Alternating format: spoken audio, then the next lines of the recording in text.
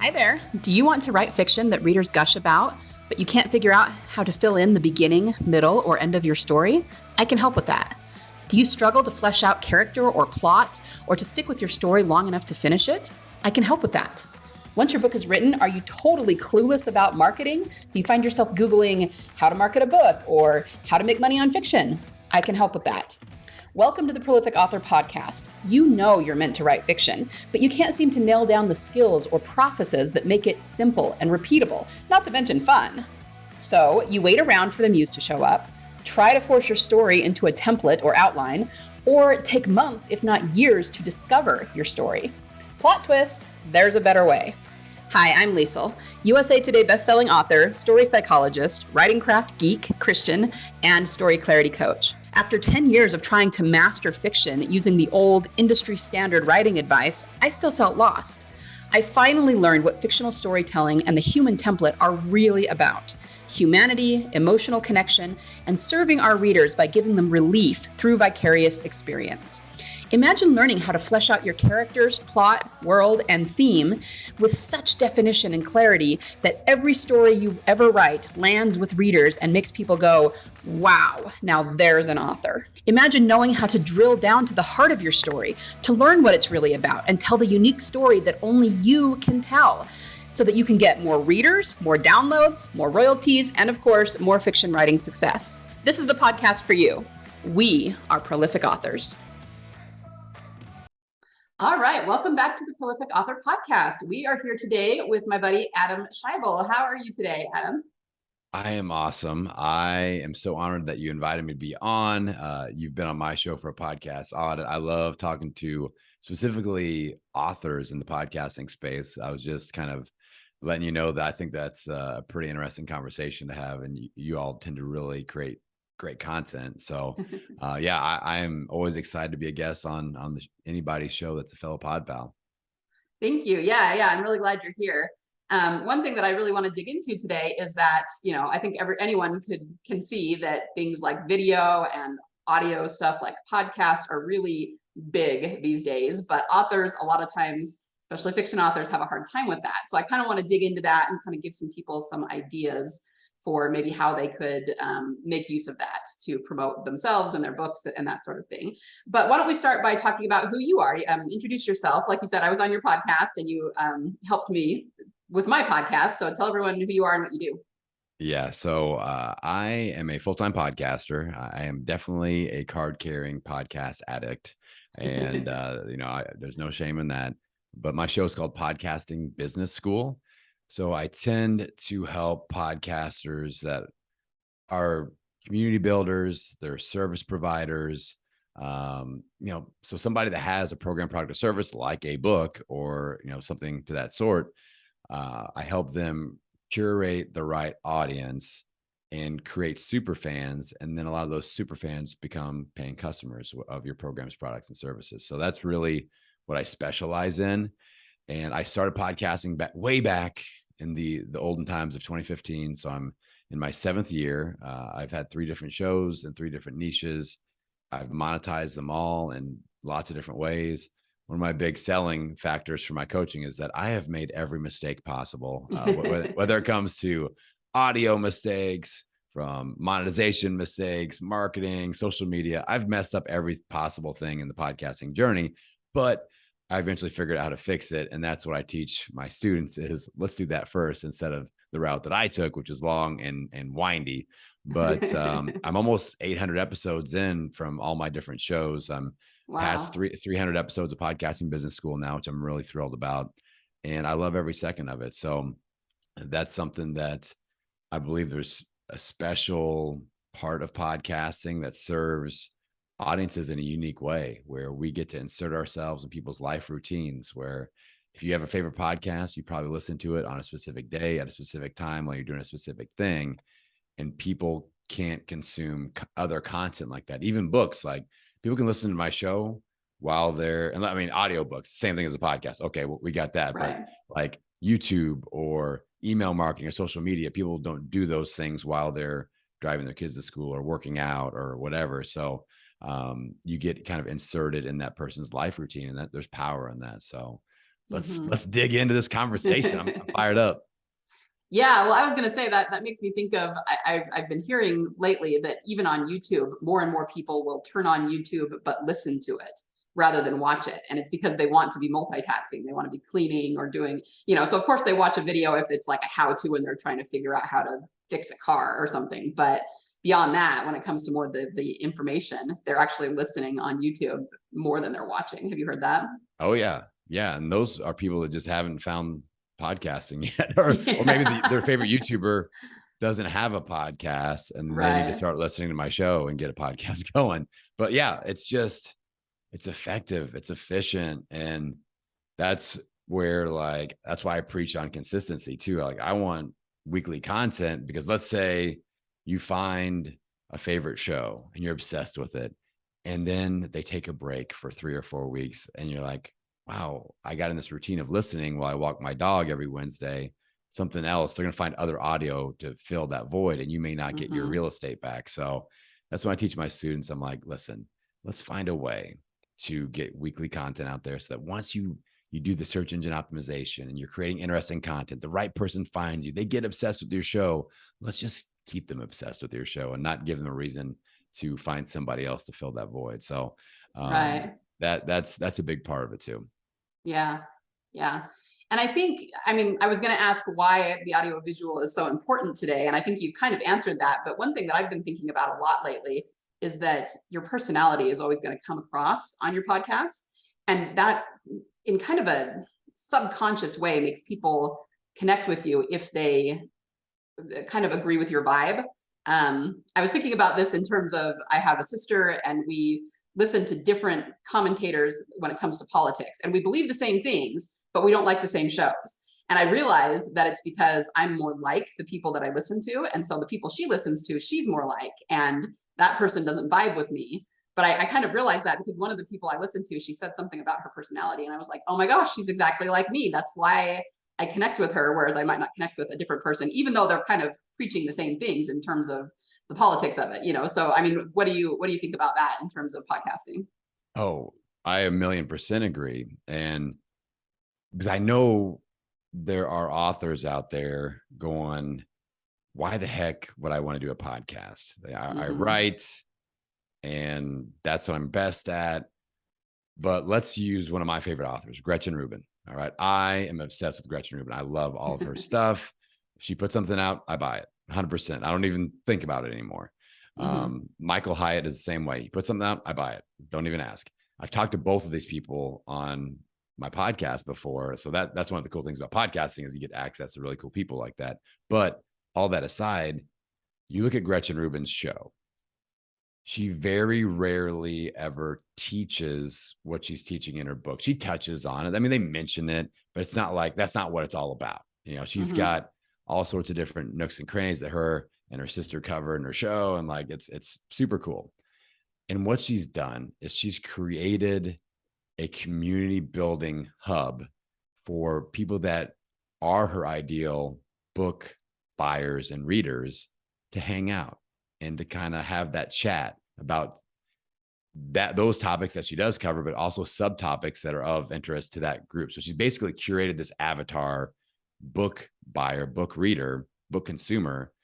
And she's like, what would they be interested in? Let's have all sorts of conversations around those tangential topics.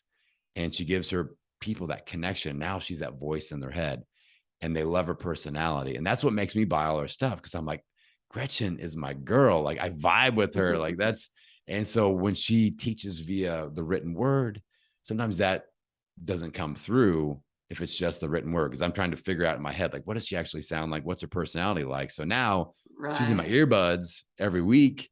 And I'm like, I feel like I can understand the vibe that she's trying to get across in her book when she's trying to teach us a concept. So the podcast allows for her community to gather and kind of build in a spot and have a place to go. And then when her new stuff comes out, yeah, they are much more connected to that because now we've leveled everybody up into super fans because we've been in their earbuds every single week and talk about a promotion vehicle. My goodness. Yeah.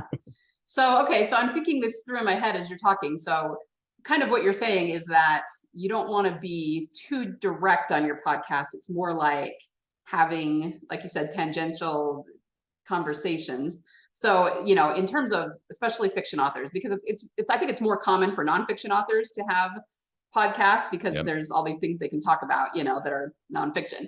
But with fiction authors, I know that they get stuck and they say, okay, well, what could I even talk about on a podcast? Yeah, I could read excerpts from my book, but that's only going to go so far. And then that kind of just becomes a live audiobook, really. Yeah. And so Yeah. it's not really a podcast in the traditional sense. But you're saying they should have conversations around what they write, like maybe their genre or other books in their niche, or Yeah. what do you think? What would you tell a fiction author to talk about? Well, let's look at, I mentioned before we start recording, my friend Summer, who's got a podcast called the HEA Book Club, which stands for Happily Ever After. She's a romance book author, fictional, romance. And are there any like nonfiction romance books? I don't know, like true stories of true stories, things. I guess. So anyway, she's a romance author. And what she does is she has conversations that people that are into romance novels would be into. So they talk a lot about like sex and stuff like that on their show, because that's kind of big in the romance novel space. That's a big selling factor. Right. So it's like, whoever is reading your book, what interests does that community have?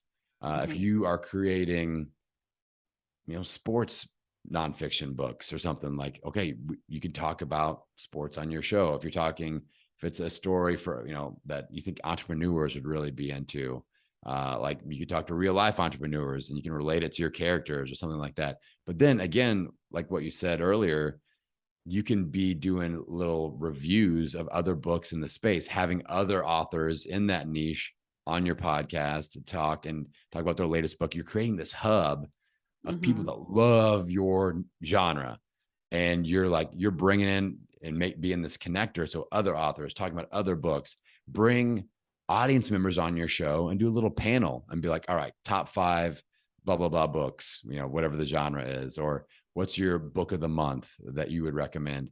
I've been messing with this audio app called SpeakPipe. This would be great for this. It's free. You have this little button that your audio, you can put on your website or email or whatever. Click here and record an audio clip, and it just loads up to the cloud. Then the podcaster can take it and put it on your show. What I would do is go, give me your top romance novel recommendation. What's your top 3 or your top 1 or your top author? And then take that audio, put it at the end of the show. And that way people stay all the way to the end and go, and now here are your top recommendations of this month for top romance novels to be checking out. Boom. And you roll that audio. They're a part of your show. It's super easy to do. And, it's stuff like that. Authors need to be thinking about, how do I nurture this community and get them obsessed with hanging out with me and being a part of this genre. Like Summer's done a really nice job with, she said some people feel kind of guilty about the romance. It's like a guilty pleasure. Like, I feel kind of weird because I do this, but I'm into it. And she gives them a safe space where they can go and be like, we can talk about all the stuff we want to talk about. And that's super cool. So what does that look like for your genre? Are you writing children's stories? What conversations, who's reading them? Is it parents with their children, or is it more like I've got a son that's 11 and he is into certain types of books that he'll read on his own or whatever, obviously. And I've got a 2nd grader, and like we're more like reading books with her. So what types of books, who's consuming them? What are their interests? And what would make them want to come and gather in your little ecosystem if you were to create a podcast? Does that make sense? Yeah, it does. It's just all about building a community, which I think is, would you agree that's pretty much what we're trying to do with marketing is build some sort of community to connect with whoever we're trying to sell to. I was just thinking that what you said would be true too of doing email marketing or creating a Facebook group or anything like that. It's all trying to accomplish the same thing. Yeah. It's really about community. It's about engagement. It's about giving that place for your people to be your people. I put this out there to my clients all the time. Like, I'm not getting any engagement. I hear that all the time. No audience engagement. How do I fix it? And my main question is, when are you giving your community a chance to be a community?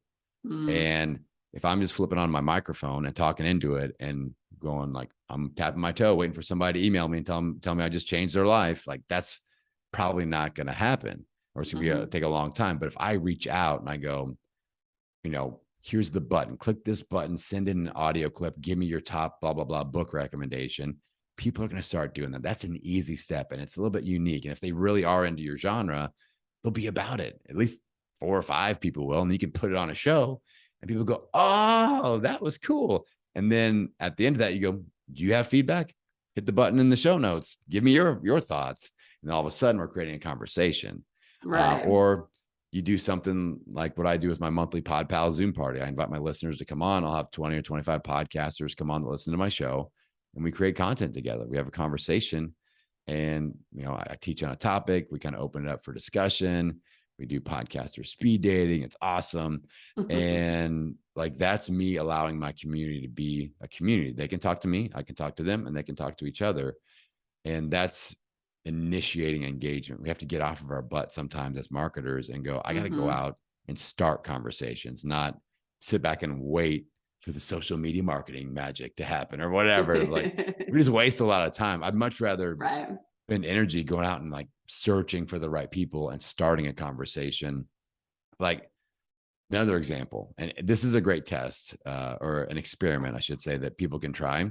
And you'll get immediate feedback. This is great for all brand builders. So let's say, pick your social media platform that you're on. For me, it's Instagram. So if you're on Instagram and you're focusing on that, and that's where your people hang out, go to where you can see who is following you, and find the last 10 people that followed your account and message them with a voice message on your phone and thank them for following you. It'll take less than a minute. Like, what I would do is be like, what's up? This is Adam from Podcasting Business School. I just noticed that you followed me here on Instagram. I just want to say thank you. I appreciate you sending some of your attention in my direction. I'm here to interact. I'm not a bot. I'm a real person. If you have any questions about podcasting, I'd love to dive into those. Don't be shy. I just released an episode about blah, blah, blah. I'd love for you to check it out. I'll post it in the next message. Boom. And you do 10 of those in 10 minutes, you will be blown away. You'll get engagement. Now these people have interacted with you, and they're like, they start showing up in your comments like, oh, great episode, or whatever. I love this about your book. Oh, this is my favorite book that you wrote. And they're going to start commenting. Now that you've initiated engagement, they will reciprocate, and you kind of broke the ice, and you'll get really positive feedback. I've never had anybody be like, unfollow, you messaged me with politeness and positivity. That doesn't happen. It might, maybe, if it does, then probably no loss. Yeah. It's their problem, not yours. I'll just tell you that. But stuff like that, and getting off your butt and initiating engagement with your ideal book readers or podcast listeners, that's never a bad thing. Yeah. A couple of things I want to unpack there. I actually just did a interview with another author who he actually told me something similar about Twitter. He's really big on Twitter. And I was like, you know what? I've tried to do the Twitter thing in the past, and I've never figured out really how to master it, in a way that's helpful to me. And that's pretty much what he said. Just ask questions and get responses. That's it. That's pretty much all he does. He doesn't necessarily retweet. He doesn't necessarily at people unless he's actually answering a question of theirs or something. And he gets massive, massive engagement from doing that in the book community. And I was like, oh, yeah, that's one thing I've never done on Twitter. So yeah, that makes sense. Yeah, who would have thought? Yeah, I know, right? Who would have thought? And, I think people a lot of times, especially for authors who tend to be more introverted and kind of hide behind their computers a little bit, it can be a little bit intimidating for them. So what would you tell someone who, is a little bit nervous to put themselves out there and get started? Well, I would say that's normal, 100%. Yeah. Like, I'm a pretty extroverted, like, I don't take myself too seriously kind of a guy.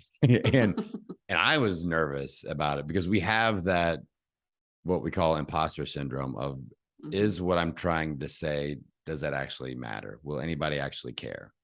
And it can be tough in podcasting because sometimes it's a longer haul before you really start hearing from anybody or seeing tangible like downloads and stuff like that. Right.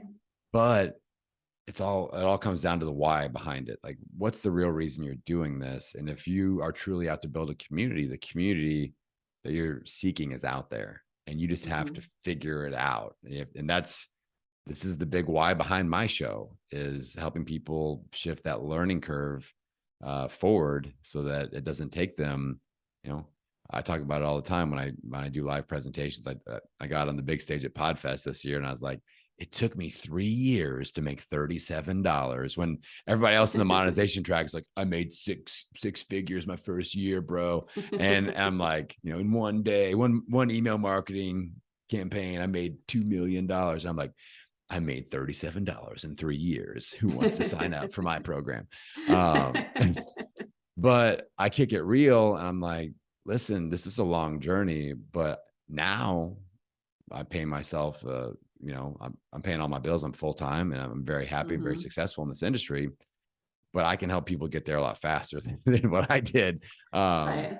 So you got to realize it's a bit of a journey. There is a learning curve. It's different than what they're probably used to content creation wise as an author. But I feel like if you have the creativity in you to write novels, nonfiction, fiction, whatever, like you've got what it takes to be a podcaster 100%, because podcasters are people that enjoy conversations. They enjoy being creative. They enjoy being interesting. And I feel like there's some intermixing with those creativity genes, Yeah. And we just have to go, okay, because I know they're all thinking, what in the world am I going to talk about? Like, yeah. I have this genre that I serve, but just go into, the definition of who is your super fan, who is like the person who's obsessed with your books, who is that, what are they interested in, then find the intersection of what they're interested in and what you're interested in. And there is your podcast. And then start doing topics on that. Maybe you've got a co-host, maybe you invite, I've got a client that invites a listener in to be her co-host for every episode. So she's got a new quote unquote co-host, which is a listener. And it's a super cool show called the Top 5 Podcast with Chris McPeak. And they create these top 5 lists. So I'm getting ready to go on her show tomorrow. We're going to talk about my top 5 ranked Will Ferrell movies. And I get to pick the topic. And so you could do something like that. Do panels on your genre, have other authors, and like there are so many possibilities. Where a goal that I set when somebody first launches, and at first it seems intimidating, but then once we go through this little process, it's a pretty big aha moment. I go, okay, 52. That's the magic number for me as a podcaster. 52 episodes. That's 1 episode a week for the first year. That's 52. If you do this, you're in. You're going to make it. Because I'll drop a stat here in a minute and remind me to tell you this because it'll blow your mind. But not very many people make that 52 mark. So, right. All right, 52. Then we go, what am I going to say for 52 episodes? And I'll have them make a list. I'll go, all right, I'd love for you to do some solo episodes where you just talk about something for 10 minutes. And it could be anything in your genre. As an author, like, maybe you can come up with a list of 15 to 20 topics you could talk about for 10 minutes that are on your genre. Maybe it's just a book recommendation, something that you're reading. Maybe you talk about the writing process. My friend Summer talked about how she wrote a romance novel in 1 month. Like she broke down that process of like how she did that, why she did it, and the whole thing. It was pretty cool episode. But like that, what solo topics could you dish on there? Then you go, all right, who are other people in my space that I could bring on to talk on my show that I would love? Like, what's your 20+ person wish list? And then once you have those two things, you've got like 40, maybe 50, the full 52. Like your list is almost complete, because I guarantee these authors, these are creative people. They can nail these two things quick. Like in 10 minutes, they're done. All of a sudden they've got 40+ episodes right there. Okay. Now what's the next thing we're worried about? Like, then it's just the how. It's not the why is taken care of. Now it's like, how do I do the tech and all that? That's Googleable. You can pay people like me to help you out, whatever. And like, now it's just getting it done and getting it out there. So that's the first hurdle we usually have to get over, is just that confidence of, is there enough content out there for me to create? And once we dispel that myth, then game on. Yeah. Yeah. I like that. So a couple of things. I noticed you said they could talk on something for 10 minutes, and that might be another part of the thing that's really intimidating. I literally am subscribed to history podcasts that have 5-hour episodes, and they're great, but I think people look at that and go, I don't know if I can talk for an hour. So can you talk about the length a little bit and how, what you think about that? Yeah. Not everybody can be Dan Carlin hardcore history. Like that guy is freak. He's a freak of nature. And he's great at it. Like, I mean, he's amazing. But when it comes to a podcast, whether it's a solo episode, an interview, whatever type of episode you're doing, I get this question a lot, and I get where people are coming from, but I'm like, why are you thinking this way? They go, what's the perfect length? Like, they want me to tell them the algorithm says 17 minutes and 42 seconds. Your episode must be this length or people will unsubscribe. And like, it just doesn't happen that way. So for me, say what you've got to say. Have the conversation that you need to have. Once you feel like that has been accomplished, episode done. So if that's 10 minutes, if that's an hour, whether it's 10 hours, don't feel like just because you listen to the Joe Rogan podcast doesn't mean you have to have 3-hour long episodes. Doesn't mean that at all. When I do a solo episode, I usually end up in the 10 to 20 minute range. I did a show called Podcast Launch Tips, where a lot of them were under 10 minutes. I would just take one tip. I basically took my course that people pay me for, and I broke down everything that people are paying me for into podcast episodes. I did a 10-minute tip, gave it all out for free. There you go. And so it's just however long, especially if you're teaching on something, those 10-minute style episodes are very valuable because it's focused. People give them too much stuff they can't implement. So I love just a quick hitter thought, a book recommendation. That episode could be 10 minutes, a favorite book, a new book, audit or a review, what you love about it, what you would have done differently. Like, there's so many interesting conversations that you could have. Like, if I was an author, I would probably do an episode every once in a while called If I Was This Author. And it based off of, like, if you wrote this book, here's the one change I would have made and where the story would have gone. Or the one improvement or the one thing I wish they had done that I definitely would have done, or something like that. Those are interesting conversations. And if your audience is obsessed with that genre and you're kind of kicking out that kind of content, people love that alternate reality stuff, like everything that Disney is doing with like the Avengers, and they're like peeling off into these multiverse things. It's like, if this happened, then this would happen. Like, people love that stuff. So what would you change about maybe a classic nonfiction novel in your genre?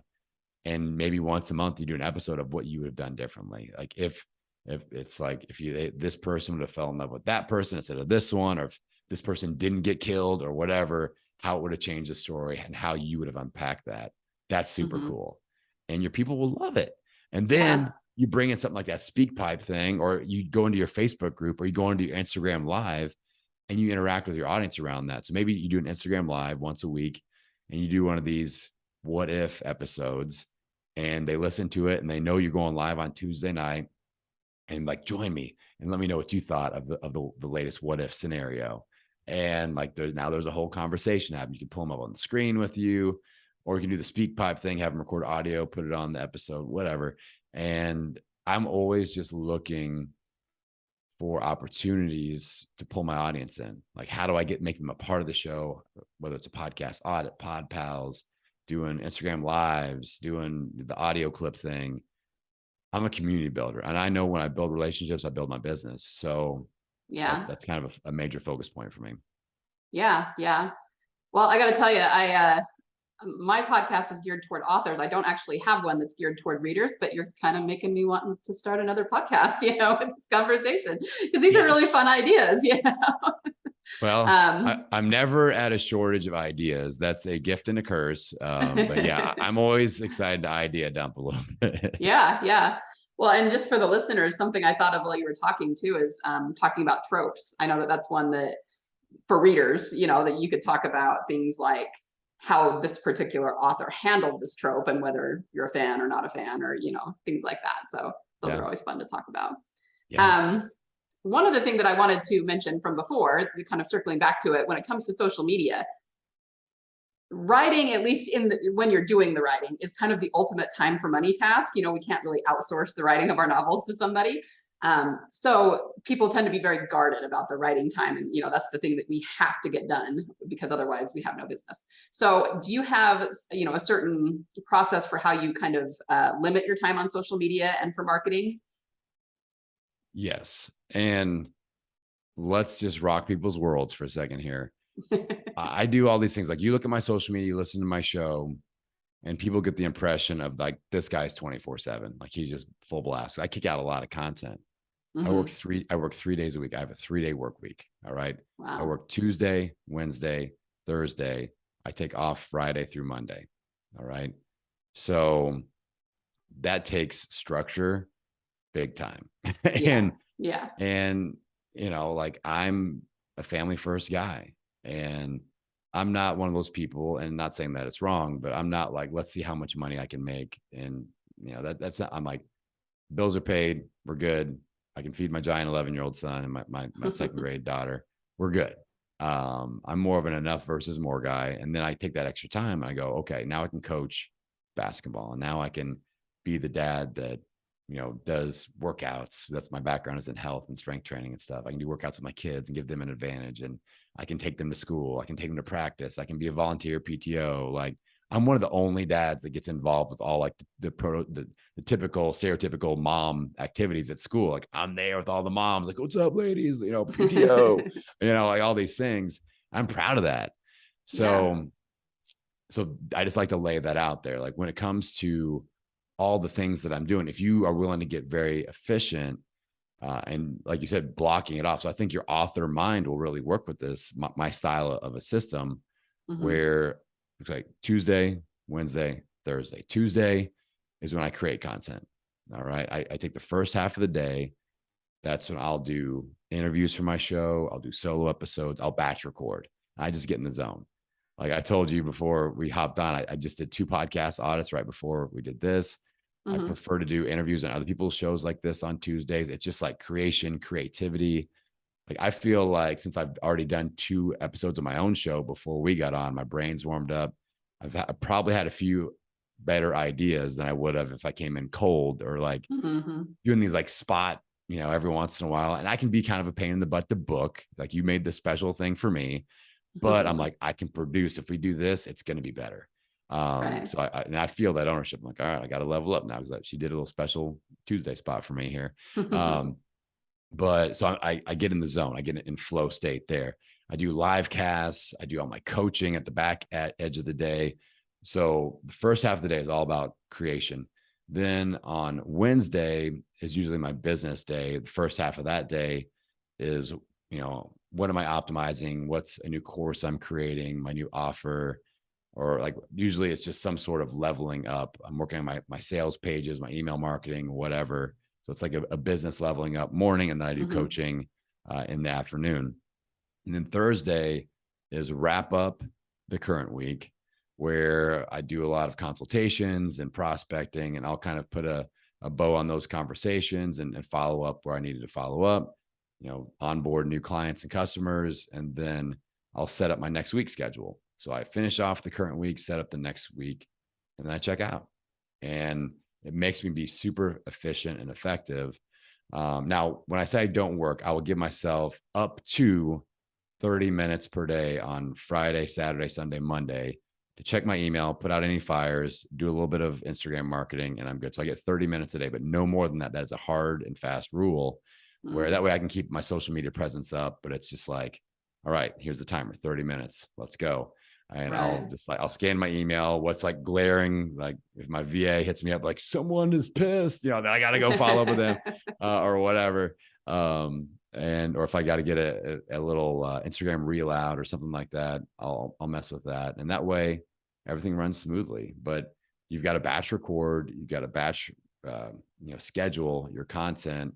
And it's just like when you're putting in author hours, like you probably know you're a early morning writer or an evening writer or whatever that is. You apply those principles and you do the same thing with podcasting. I've got clients that record for 1 hour per month, and they'll kick out 4 15-minute episodes in one batch recording. They send it My team, you take care of their editing production, and then they're done, and that's a month of having a podcast. And then they have, people that they delegate their social media to and things like that. And it can be that simple. So there's definite possibilities there to keep it simple, effective, and still really make a big impact. Good. Yeah. Yeah. I like it. And that's actually what I've started to do, because I have a lot of words to write every week. And just, what they say about how switching tasks automatically makes you a little bit less productive. So I've started to do, which I actually feel a little bit hypocritical doing, because I preach daily writing habits, but that is also mostly to train their brain to do the writing. Yeah. Once you have that, I actually have started doing all of my writing one day and then all of my editing the next day, and then working on my business. You know what I mean? So it's kind of the same thing, just blocking out what you need. Yeah. You have to, I totally get what you're saying. It's almost like working out. Like you have to just like kind of build up that, when you first start working out, it's like, oh my God, I'm sore all the time, but I just got to keep showing up and just kind of build the habit. And then you can optimize with the optimal workout routine and do this on this day, that on the other day. Right. So yeah, I totally get it. You're speaking my language. Good.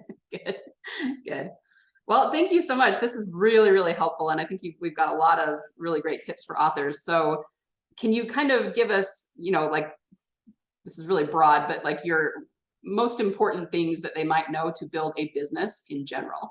So that is another thing that we have to teach them, is that, of course, you can noodle around and write for yourself, but if you want to make a business out of it, you have to, treat it like a business. So what are your top, 3 or 5 business tips for anybody in any market? Well, I'll just give you one mantra that I repeat to myself over and over and over again. And that's, if I build relationships, I'll build my business. And to me, that's like with podcasting, that's the great relationship facilitator, where I get to meet people like you, like collaboration partners, people that, we can create content together. I get to meet people that eventually become a client. I get to meet people that I hire and to be my coach. It's just, you build relationships, you build your business, and you go into every opportunity looking like, we got to be good at making friends and networking and giving value first without expectation back, because we've all been in those moments where it's like they're trying to sell me something. Email marketing is a great example, where I have friends, some of my best friends, people that I'm in like their wedding type of friends, that I know if I get an email from them, like they're in business and I'm on their list, if I get an email from them, 100% they're trying to sell something. That's the only time they will email. I'm like, I call them out on it all the time. Like, dude, you have to email other than when you're just trying to sell something, because I know it's coming. So like, you can't put off that vibe. You have to be somebody that's a value adder. Let people plug into your mojo. Let them plug into your energy and your brand, and until they build up their own. And if you can be that person, you can be a community builder, somebody that provides a safe home for whatever it is that your audience loves to nerd out on. Create that. And then you have a captive audience, and you're their go-to person, whether you're writing books or selling coaching like what I do. Like, you create that hub, and that gives you the power against all these multi-million-dollar marketing brands that have all the dollars to Facebook market and spam people. But you're like the real person. You're the people's champion. And that's what I feel like. There's a lot more of us than there is of the multi-million-dollar marketing companies. So that's something that we can lean into.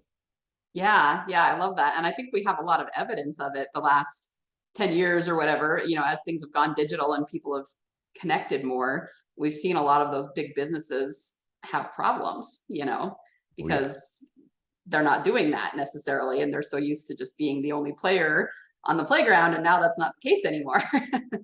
Yeah. And everybody's leaning into tech and bots and everything. So it's like when you Instagram voice message somebody, here's how bad it is. I will do my Instagram voice message thing, and I say their name, and I purposely say what day it is. I'm like, what's up, Dave? It's your buddy Adam from Podcasting Business School. Hope you're having a great Tuesday, blah, blah, blah, blah, blah. Sometimes I still get responses. What app are you using to automate this? This is so realistic. I'm like, I'm using my voice, my voice app. Like, what are you talking about? This is not a bot, They're like, this is really well done. What app is this? I'm like, oh my God, we are brainwashed. This is crazy. Yeah, it's kind of sad, isn't it? But that's how we stand out. Like, we're not the bot. This isn't highly leveraged interaction. This is like real human to human stuff. And ever since 2020, people are really craving human to human interaction, because we got a lot of isolation that year and a half or whatever. And now it's like, Right. we need a little extra dose of realness with people. And that's, like you said, where a lot of the big companies that were just dumping dollars into automated, evergreen, non-human AI bot stuff, it's not working as well right now. And real people that are willing to put in real work and build real relationships are really leveling up with their business. So yeah, we got to go all in, build those relationships. Yeah, absolutely.